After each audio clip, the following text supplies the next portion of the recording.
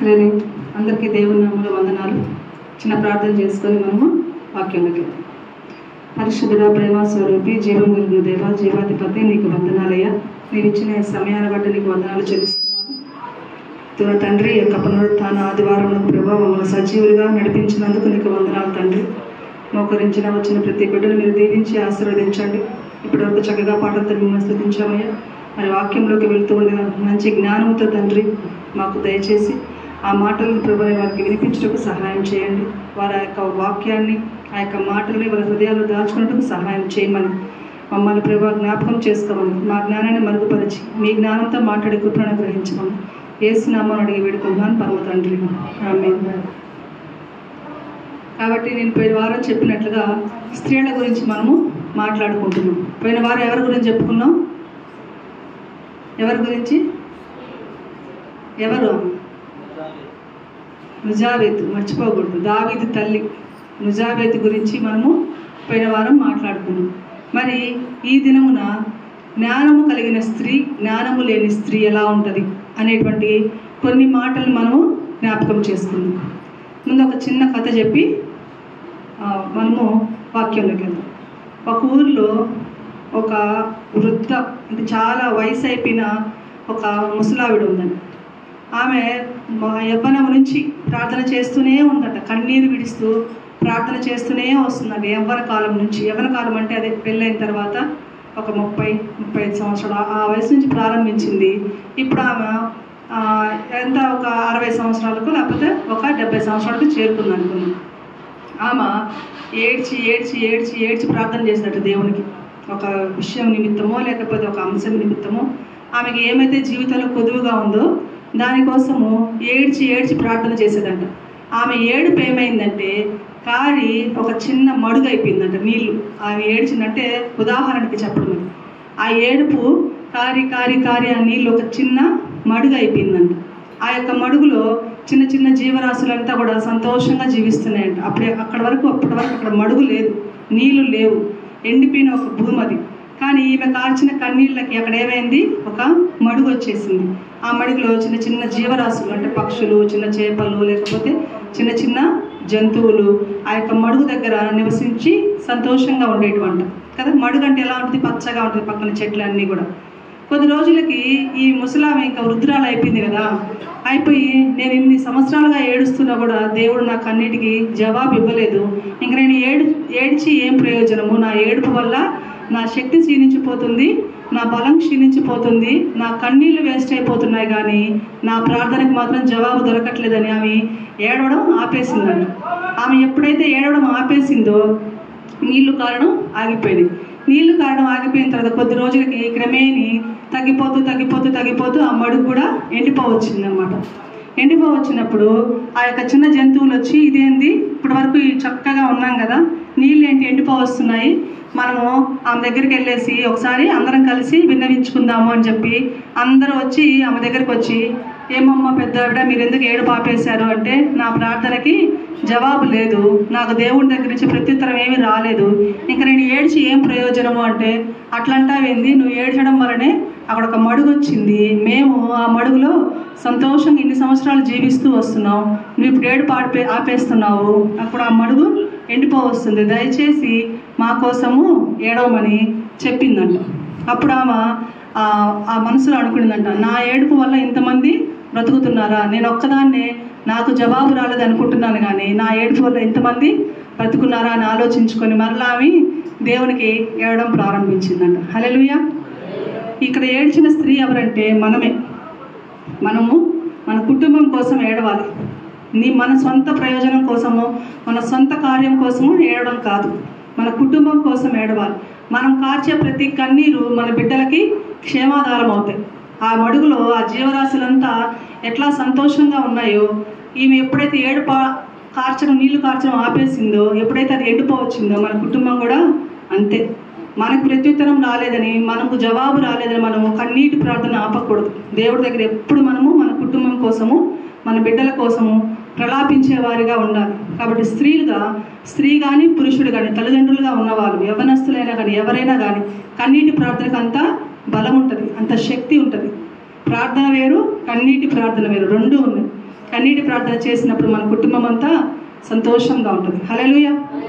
సరే, ఈరోజు మనము జ్ఞానము కలిగిన స్త్రీకి జ్ఞానము లేని స్త్రీకి తేడాలు చూద్దాం. స్త్రీలుగా మనం ఇంట్లో ఎలా ఉండాలి, మన గృహాలు ఎలా కట్టుకోవాలనేది చూద్దాం. మొదటిగా జ్ఞానము లేని స్త్రీ గురించి మనము చూద్దాం. సామెతలు 11వ అధ్యాయము 22వ వచనంలో ఒక మాట ఉంటుంది. వివేకము లేని సుందర స్త్రీ పంది ముక్కునకున్న బంగారు కమ్మి వంటిది. పంది ఎలా ఉంటుంది అసలు? పంది ఎలా ఉంటుంది, ఇంకా పంది ముక్కు ఎలా ఉంటుంది? దానికి ఎంత పెద్ద నువ్వు బంగారు కమ్మి పెట్టినా ఎలా ఉంటుంది? అందగించదు కదా. అలాగే వివేకము లేని స్త్రీ, ఒక స్త్రీకి వివేకము లేకపోతే ఆమె ఎంత అందంగా ఉన్నా, ఎంత అలంకరించబడినా వ్యర్థం అంట. వివేకము కలిగి ఉండాలి. వివేకము కలిగి తన గృహాన్ని కట్టుకోవాలి. అది వివేకము కలిగినది అని మన బైబిల్ ఎక్కడ రాసింది? వివేకము కలిగినది అంటే యుక్తమైనది, అంతటి ఒక ఆలోచన శక్తి పాముది కదా. ఎంతటి ఆలోచన చేసింది? దేవుడు చేసిన సృష్టినే తలక్రిందులు చేసేసింది చిన్న ఆశ చూపించి. అంత వివేకం మనకు ఉండాలి. అంతటి కుయుక్తి అంటే అది మంచికి వాడాలి కానీ చెడుకి కాదు. ఒక స్త్రీ ఎంత వివేకంగా ఉండాలంటే తన కుటుంబాన్ని కాపాడుకునేంతగా. ఇప్పుడు చూడండి, అబీగైలు ఎంత వివేకము కలిగి లేకపోతే దావీదు యొక్క ఉగ్రత నుండి ఆ యొక్క నాబాలను తప్పించుకోగలిగింది కదా. ముందుగానే ఆమె పసిగట్టగలిగింది. తన భర్తకు వచ్చేటువంటి అపాయాన్ని ఆమె ముందుగానే ఆలోచన చేసింది, వివేకంతో ఆలోచించింది. నేను పోయి ఆయన ఎదుర్కొన్నా వేస్ట్, అదిగో నా భర్త పోయి క్షమాపణలు చెప్పినా వేస్ట్, నేను ముందు ఆయన ఏమడిగాడో వాటికి మించి ముందు పంపిస్తూ వచ్చింది. అప్పుడు అది చూసినప్పుడు దావీదుకి కొంచెము మనస్సు ఆ యొక్క కోపాన్ని తగ్గించుకుంటూ వచ్చాడు. అంటే ఆమె ఏం చేసింది? మొదటగా ఆలోచన చేసింది.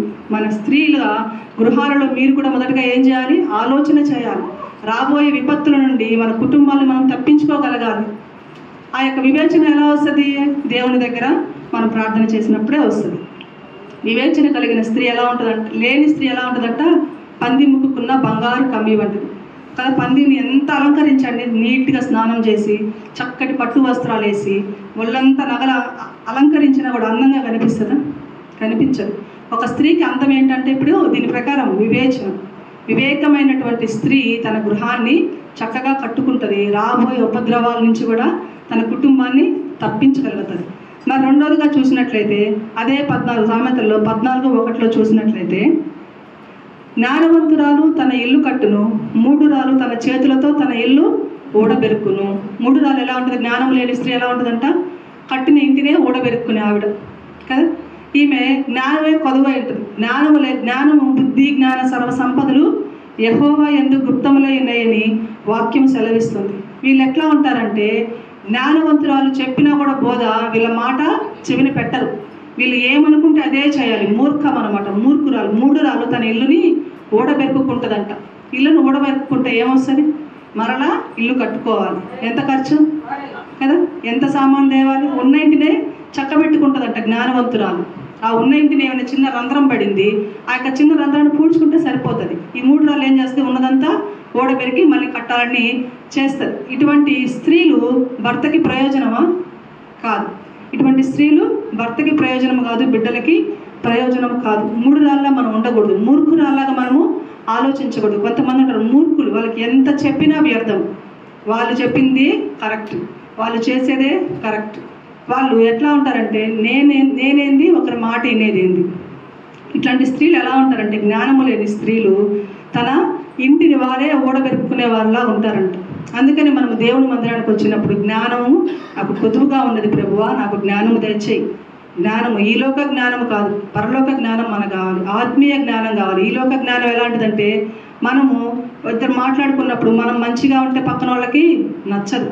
ఆ యొక్క మనం ఎంత చక్కగా వాళ్ళతో ప్రేమగా మాట్లాడుతున్నా వాళ్ళ మనసులో మనం చెడిపోవాలని అనుకుంటారు. అటువంటిది ఈ లోక జ్ఞానం. అట్టి వారితో మనం స్నేహం చేసామనుకోండి, మనం కూడా ఈ మూఢురాల ఇల్లు ఓడబెరుక్కుంటాం. అదే మనం జ్ఞానవంతులైనటువంటి మన బిడ్డలతో సహవాసం చేస్తే, వాళ్ళు నిన్ను వలే నీ పొరుగు వారిని ప్రేమించు అనే మాటని వాళ్ళు ఎప్పుడు మనసులో పెట్టుకుంటారు. కాబట్టి నీకు ఎప్పుడు మంచే చెప్తారు. కాబట్టి వాళ్ళు మంచి వాళ్ళ చెడ్డ వాళ్ళ అని మనకు తెలియాలన్నా కూడా మనకు దానికి ఏం కావాలి? వివేకం కావాలి, జ్ఞానం కావాలి. అవన్నీ మనము దేవుడి దగ్గర మాత్రమే మనము పొందుకోగలము. కాబట్టి మూర్ఖురాల్లాగా మనము ఉండకూడదు. ఉండకూడదు. యోబుని అన్నాడు, నీవు మూర్ఖురాలు మాట్లాడినట్టు మాట్లాడొద్దు. దేవుడు ఎన్నో కష్టాలు తెస్తాడు, ఎన్నో ఇరుకులు పెడతాడు, ఇబ్బందులు పెడతాడు. శోధన సహించువాడే ధన్యుడు అంటుంది వాక్యం. శోధన వచ్చినప్పుడు మనము తొట్టిల్లకూడదు, మూర్ఖురాలులాగా మనము ప్రవర్తించకూడదు. ముందు మనం మాదిరిగా ఉండాలి, తర్వాత బిడ్డలకు మనము చెప్పాలి. ఇట్లా కాదు నాన్న, శ్రమ వచ్చిందని మనం దేవునికి దూరం కాకూడదు. ఉద్యోగం వచ్చిందని దేవునికి దూరం కాకూడదు. వివాహం అయింది కదా, కొత్తగా వచ్చారు పెళ్ళయి, వాళ్ళు ఏదో ఎంజాయ్ చేస్తారు, ఇప్పుడు కూడా ఏం దేవు మందిరం అని అనుకోకూడదు. చిన్నప్పటి నుంచి భయము భక్తి కలిగిన స్త్రీ తన బిడ్డలను కూడా సక్రమమైన మార్గంలోనే పెంచుతుంది. కాబట్టి మూఢురాల్లాగా మనము ఉండకూడదు. మూడోదిగా చూసినట్లయితే 21:19 సామెతలు 21:19 ప్రాణము విసిగించు జగడగుండి దానితో కాపురము చేయట కంటే అరణ్య భూమిలో నివసించటం మేలు. కొంతమంది ఎలా ఉంటారంటే ప్రతిదానికి గొడవ, ప్రతిదానికి, చిన్నదానికి పెద్దదానికి కదా, చిన్నదానికి కూడా విసిగిస్తారు. విసిగించేసినప్పుడు అతనికి ఏమనిపిస్తుంది అంటే ఈమెతో ఉండడం కంటే అరణ్యములో, అంటే మనుష్యులంటేనే విరక్తి వచ్చేస్తుంది వీళ్ళకి. కొంతమందిని చూసినప్పుడు పెళ్ళే వద్దు అనిపిస్తుంది. ఎందుకంటే వాళ్ళ ఇంట్లో వాళ్ళ తల్లిని చూసి, వాళ్ళ తండ్రిని చూసి, చిన్నప్పటి నుంచి వాళ్ళు గొడవలు పడడం చూసి, తన్నుకోవడం చూసి వాళ్ళకి పెళ్ళంటేనే విరక్తి వచ్చేస్తుంది. నాకు అసలు పెళ్ళే వద్దు అనేటువంటి స్థితిలో చాలామంది యవనస్తులు ఈ రోజున ఉన్నారు.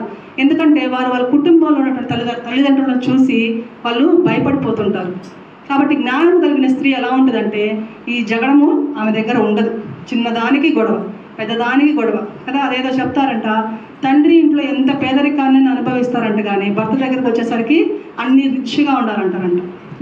తండ్రి ఎలాగో నీకు తండ్రో, భర్త కూడా నీ బిడ్డలకు తండ్రేగా. మరి నీ తండ్రి కష్టపడకూడదు అనుకున్నప్పుడు నీ భర్త కూడా నీవు కష్టపడకుండా చూసుకోవాలి. తండ్రిని మనం విసిగిస్తామా? అది తెచ్చివు, అది తెచ్చివు, అది తెచ్చివు అని విసిగించము. తండ్రి ఒక మాటని ఎదురు చెప్తామా? చెప్పము. కానీ భర్తకి విసిగిస్తారంట మూర్ఖులు, జ్ఞానం లేని వాళ్ళు. వాళ్ళకి ఎదురు మాట్లాడతారు, వాళ్ళ ప్రాణం విసిగిపోయేంత వరకు, తెగేదాకా ఏది లాగద్దంటారు. కానీ వీళ్ళు ఎట్లా చేస్తారంటే తెగిపోయేదాకా, అంటే వాళ్ళ ప్రాణము విసిగిపోయి ఇంకా డివోర్స్ అనేంత వరకు ఆ యొక్క మూఢురాలు ఏం చేస్తుందంటే లాగుతుంది విషయాన్ని. కాబట్టి మనం మూర్ఖుల్లాగా ఉండకూడదు. ఇంకోటి జగడమాడేటువంటి స్త్రీగా మనము ఉండకూడదు. గయ్యాలి కొంతమంది. నెక్స్ట్ కానీ చూసినట్లయితే సామెతలు 27:15 గయ్యాలు వీళ్ళు, అంటే ఈ జగడాళ్ళు గయ్యాలు. ఆమె నోటికి అసలు పోనే పోవు. చూడండి 27:15 ముసురు దినమున ఎడతెగక కారు నీళ్లను గయ్యాలి అయిన భార్యయు సమానము. ముసురు దినమున కారు నీళ్లను కదా. వాన ఒకటే వస్తూ ఉంది అనుకోండి, ఎలా ఉంటుంది? ఎప్పుడైనా ఒకసారి వాన పడి ఆగిపోతే బాగుంటుంది. మన ఈ మధ్య మనకు వరుసగా ఒక 4-5 రోజులు వర్షాలు పడినప్పుడు మనం ఎంత విసిగిపోయాం కదా. అసలు వద్దురా నాయన ఈ వాన మనకి అనిపించేస్తుంది.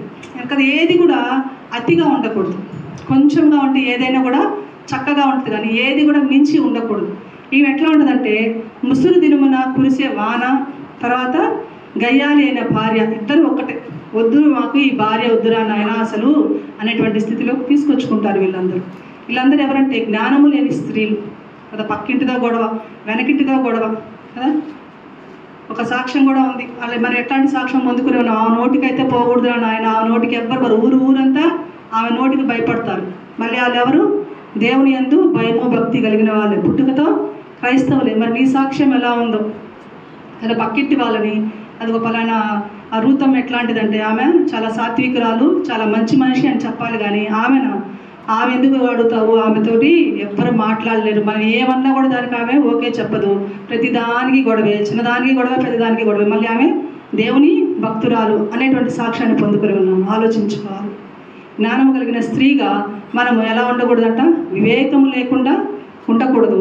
తర్వాత మూఢురాల్లాగా, మూర్ఖుల్లాగా, చిన్నదానికి పెద్దానికి మొండి చేసి మూర్ఖంతో మనం ఉండకూడదు. మూర్ఖం వల్ల ఏమొస్తుంది? మన యొక్క జ్ఞానం అంతా మరుగైపోద్ది. మూర్ఖం వల్ల జ్ఞానం మరుగైపోద్ది. ఎందుకంటే వాళ్ళు ఇంకేం ఆలోచించరు. వాళ్ళు ఏదంటే అనుకుంటారు దాని మీదనే ఉంటారు, అదే కరెక్ట్. ఇంకొకటి చెప్పినా వినరు, ఇంకొకటి చెప్పినా వినరు. కాబట్టి మూర్ఖురాల్లాగా ఉండకూడదు. జగడాలు తెచ్చే స్త్రీ, భర్తకి మనశ్శాంతి లేకుండా చేస్తారు. జగడాలు తెచ్చే స్త్రీ, ప్రతిదానికి గొడవే, చిన్నదానికి గొడవే, పెద్దదానికి గొడవ. జగడాలు తెచ్చే స్త్రీగా నీవు ఉండకూడదు. అలాగే గయ్యాలి అయిన భార్యలాగా. కాబట్టి నీలో ఇంకా ఏమైనా ఉన్నాయేమో వీటికి సంబంధించింది ఒకసారి చూసుకోండి. మీరు మీ కుటుంబంలో మంచి సాక్ష్యం కదా. మీ తండ్రి దగ్గర, మీ తల్లి దగ్గర మీరు ఎంత మంచి పేరు తెచ్చుకుంటారు కదా. తల్లి ఏ తండ్రి కూడా తన బిడ్డల్ని చెడ్డగా చెప్పరు, ఎందుకంటే మనం అక్కడ అంత మంచిగా ఉంటాం. మరి కూతురుగా ఉన్న నీవు భార్యగా మారిన తర్వాత ఎందుకు మారిపోతున్నావు? భార్యగా మారిన తర్వాత నీ యొక్క పెంపకాన్ని ఎందుకు మర్చిపోతున్నావు? జ్ఞాపకం చేసుకోవాలి. దేవుని మందిరంలో మనం తండ్రికి అందరం బిడ్డలమే. ఇక్కడ మనం ఏమైతే ఎలా అయితే ఉంటున్నామో బయట కూడా అలాగే ఉండాలి. కొంతమంది సాక్ష్యం చెప్తారు, ఇక్కడొకలా విస్తారమైన ప్రార్థన, అసలు ఎంత చక్కగా ప్రార్థన చేస్తారంటే, అబ్బా ప్రార్థన చేస్తే మేము లీనమైపోతాం, సమయాన్నే చూసుకోమంటారు. ఇంకొంతమంది పాట పాడితే ఎంత చక్కగా పాడతారు, అసలు ఆ పాటలు వింటుంటే ఇంకొక 2-3 సార్లు పాడినా కూడా వినాలనిపించేలా ఉంటారు. కానీ బయటికి వెళ్తే మొత్తము చేంజ్ ఓవర్ అనమాట. ఇక్కడ ఎలా ఉందో బయట అంతా కంప్లీట్ చేంజ్ ఓవర్. అట్లా ఉండకూడదు. నువ్వు ఇక్కడ ఎలా ఉన్నావో బయట కూడా అదే సాక్ష్యాన్ని పొందుకోవాలి. ఇక్కడ ఎట్లా నువ్వు పరిచర్య చేస్తున్నావో నీ ఇంట్లో అట్లానే పరిచర్య చేసుకోవాలి. నీ ఇంట్లో ఎట్లున్నావో అలాగే దేవుని మందిరాన్ని కూడా నీవు ప్రేమించే బిడ్డగా ఉండాలి. జ్ఞానము లేని స్త్రీగా మనం ఉండకూడదు అనుకున్నాం. మరి జ్ఞానము కలిగిన స్త్రీ ఎలా ఉండాలో చూద్దాం. మొదటిగా సామెతలు 12:4. యోగ్యురాలు తన పెనివిటికి కిరీటము, సిగ్గు తెచ్చినది వారి ఎముకలకు కుళ్ళు. యోగ్యురాలు ఎవరంట? తన పెనివిటికి కిరీటము కదా. భర్తను ఎప్పుడైనా కూడా నీ భార్య అసలు ఎంత మంచిదో, నీ భార్య చాలా చక్కటి భార్య నీకు దొరికిందయ్యా, నువ్వెంతో అదృష్టవంతుడు అని చెప్పినప్పుడు ఆ యొక్క భర్త యొక్క సంతోషము 1000 రెట్లు అవుతుంది కదా. నీవు నీ భర్తకి కిరీటముగా ఉండాలి, అంతేగాని సిగ్గు తెచ్చి వాడి ఎముకలకి కుళ్ళు అంటే ఏంటంటే ఇంకా వాళ్ళు లోపల కృషించిపోతారు. బయట మనుషుల మధ్యలోకి వెళ్ళలేడు, ఎందుకంటే ఎక్కడికి వెళ్ళినా నీ గురించి ఉన్నటువంటి చెడ్డ సాక్ష్యం, నీ భార్య అట్లాంటిది, నీ భార్య ఇలాంటిదని చెప్తున్నప్పుడు నలుగురిలో ఆ భర్త తలెత్తుకొని తిరగలేడు. కాబట్టి ఆయన లోపల క్షీణించిపోతాడు, ఆరోగ్యం క్షీణించిపోయి మరి అది ఏ దిశకు తీసుకెళ్తాడు. కాబట్టి నీ భర్తకి సిగ్గు తెచ్చే భార్యగా నీవు ఉండకూడదు, యోగ్యురాల్లాగా నీవు ఉండాలంట. యోగ్యురాల్లాగా అంటే అన్ని విషయాలలో ఘనమైనది వివాహము అని మనకు తెలుసు. మరి అన్ని విషయాల ఘనంగా నీవు ఉండాలి. నీ కుటుంబంలో పాత్ర కానీ, భార్యగా కానీ, ఒక కూతురిగా, కోడలిగా, బిడ్డలకు తల్లిగా, సంఘంలో ఒక స్త్రీగా, పరిచారికురాలిగా, ప్రతి విషయంలో నీవు ఘనంగానే ఉండాలి. ఘనంగా ఉన్నప్పుడే దేవుడు నిన్ను ఘనమైన పాత్రగా వాడుకుంటాడు. కాబట్టి యోగ్యురాల్లాగా నీవు ఉండాలి. రెండోది కానీ చూసినట్లయితే అదే 11వ అధ్యాయం 16వ వచనం. నెనరు గల స్త్రీ ఘనత నొందును. సో రెండోది ఎలా అంటే ఎవరంటే ఘనత తెచ్చే స్త్రీ. నెనరు గల స్త్రీ ఘనత నొందును, తన భర్తకి ఘనత, నలుగురిలో కీర్తి ప్రతిష్టలు తెచ్చేటువంటి స్త్రీ అన్నమాట. ఈమె తన భర్తకి కిరీటముగా ఉంటుంది, పేరు తెచ్చేటువంటి ఒక స్త్రీగా ఉంటుంది కదా. మా ఆయన అయితే చాలాసార్లు చెప్పేవాడు, నాకు ఇంకా అది ఒక గొప్ప సాక్ష్యం మా ఇంట్లో నాకైతే కదా. ఒకప్పుడు దిలీప్ భార్య కీర్తి అనేది, ఇప్పుడు నేను ప్రిన్సిపల్గా చేస్తున్న తర్వాత నుంచి అందరు మీరు కీర్తి మేడం వైఫ్ హస్బెండ్ కదా సార్ అని అడిగేవాళ్ళంట. ఇంటికి వచ్చి అది గొప్పగా చెప్పేవాడు. అసలు నా పేరును మర్చిపోయి అందరూ సార్ మీరు కీర్తి మేడం వాళ్ళ హస్బెండ్ కదా అని అంటున్నారు కీర్తి అని వాళ్ళ అమ్మకు చెప్పేవాడు. మా కీర్తికి బయట చాలా మంచి పేరుంది, మా అందరూ సార్ చాలా మంచి మేడం సార్, ఫీజు తగ్గిస్తుంది మాకు అక్కడ, తర్వాత సార్తో మాట్లాడుతుంది, మాకు ఏ అవసరమైన వచ్చినా ఫోన్ చేస్తారని ముందు ఆయనకు ఫోన్ చేసే వాళ్ళకి స్కూల్కి సంబంధించింది ఏదైనా కూడా. అది ఒక భర్తకి ఎంత సంతోషంగా ఉంటుంది కదా. కాబట్టి మన భర్తకి మనము ఘనత తెచ్చేవారిగా ఉండాలి, మన భర్తకి మనము కిరీటముగా ఉండాలి. నా భార్య అని నీ భర్త గర్వంగా నీ గురించి చెప్పుకోవడానికి నీవు సిద్ధముగా ఉండాలి. మరి మూడోదిగా చూసినట్లయితే ఇది అందరికీ తెలిసిందే, సామెతలు 14:1. అందరికీ తెలిసిన మాట ఏంటది?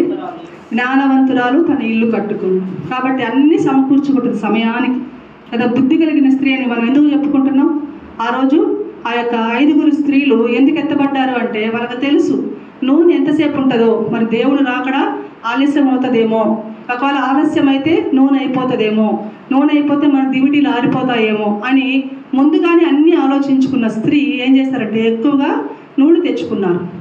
బుద్ధి కలిగిన స్త్రీలు ఏం చేస్తారంటే తన ఇల్లును చక్కబెట్టుకుంటారు. ఏదిగా కొదువుగా ఉంటుందో, ఏది అయిపోతుందో అవన్నీ ముందుగానే తెలుసు. ఎందుకంటే ఆమె ఆ యొక్క కుటుంబాన్ని చక్కగా కట్టుకుంటుంది కాబట్టి, తన బిడ్డలకి ఏం కొదువ లేకుండా చూసుకుంటుంది, భర్తకి తన ఇంట్లో వాళ్ళకి అన్నిటికీ ఏది కొదువ కాకుండా చూస్తుంది. ఇలాంటి ఆమె ఎలా ఉంటుందంట 31వ అధ్యాయంలో రాసి ఉంటుంది ఈమె గురించి అంతా. ఒక జ్ఞానవంతురాలు ఎలా ఉంటుందో మీరు సామెతలు 31 చదివితే అర్థమవుతుంది. మొత్తం నా సామెతలంతా కూడా ఆ యొక్క స్త్రీ గురించి పొగుడుతూ ఉంటారు అనమాట. కాబట్టి బుద్ధి లేని స్త్రీలుగా మనము ఉండకూడదు, సుబుద్ధి కలిగిన స్త్రీ అని 19:14 చెప్తారు. సామెతలు 19:14 గృహమును విత్తమును పితరులిచ్చిన స్వాస్థ్యము, సుబుద్ధి గల భార్య యెహోవా యొక్క దానము. నీవు ఎంత ఐశ్వర్యవంతుడమైనా అయి ఉండొచ్చు కదా, నీ యొక్క పెద్ద ఇల్లు కట్టుకో ఉండొచ్చు కదా, నీవు సంపన్నుడవు ఐశ్వర్యవంతుడమైన అయి ఉండొచ్చు. ఇవన్నీ ఎక్కడి నుంచి వస్తాయంటే పితరులిచ్చిన స్వాస్థ్యం. అవి వాటిలో నీకు ఇంకా లోటు ఉండదు. ఇవన్నీ కూడా నీవు సంతోషంగా అనుభవించవచ్చు. నీ తండ్రి నీకు పారంపర్యంగా ఇచ్చి ఉండొచ్చు. తర్వాత ఆ ఇల్లు నీకేరా, లేకపోతే ఈ ఆస్తి నీకేరా, ఈ పొలం నీకేరా అంటే జీవితకాలం వాడు తింటూ హ్యాపీగా బతకచ్చు. కానీ మరి వచ్చేటువంటి భార్యని ముందుగా రాసి ఇవ్వగలవా? ఈ అమ్మాయి 100% మంచిది, ఈ అమ్మాయి 100% నీకు సరి అయినది, ఈ అమ్మాయి 100% నీ కుటుంబాన్ని కట్టుకుంటుందని రాసి ఇవ్వగలరా? రాసి ఇవ్వలేము. ఏమో చెప్పలేము కదా. పెళ్లి చూపుల్లో ఆమె గురించి ఏమీ మనకి తెలియదు. చెప్పాను కదా, తండ్రి ఇంట్లో మంచి పేరే ఉంటుంది. ఒకవేళ మనం ఎంక్వైరీ చేసినా కూడా అమ్మాయి చాలా మంచిదే. కూతురుగా ఉన్నప్పుడు మంచిగా ఉన్న నీవు తర్వాత మారిపోకూడదు. అదే సాక్ష్యాన్ని నీవు పొందుకోవాలి. నీ తల్లిదండ్రులకు కూడా నీవు మంచి పేరు తెచ్చే బిడ్డగానే ఉండాలి. పెళ్ళైన తర్వాత కూడా మనం గుర్తుపెట్టుకోవాల్సింది ఏంటంటే, పెళ్ళైన తర్వాత మనం గయ్యాలిగా ఉన్నా, మూర్ఖురాల్లా ఉన్నా ఫస్ట్ ఎవరిని అంటారు? ఎట్లా పెంచారమ్మా నిన్ను, అసలు నిన్ను ఎలా పెంచారు, ఏం పెంపకం నీది అని ఫస్ట్ ఎవరిని అంటారు? తల్లిదండ్రులనే అంటారు. కాబట్టి తల్లిదండ్రులకి చేటు తెచ్చి, కట్టుకున్న వాళ్ళకి చేటు తెచ్చి, గృహంలో బిడ్డ దగ్గర సాక్ష్యం పొందుకోకుండా మనం ఏం చేయగలం? ఇంకా ఎక్కడుంది మరి నీకు సాక్ష్యం? దేవుళ్ళలో ఉన్న ప్రతి స్త్రీ సాక్ష్యం పొందుకొని ఉండాలి.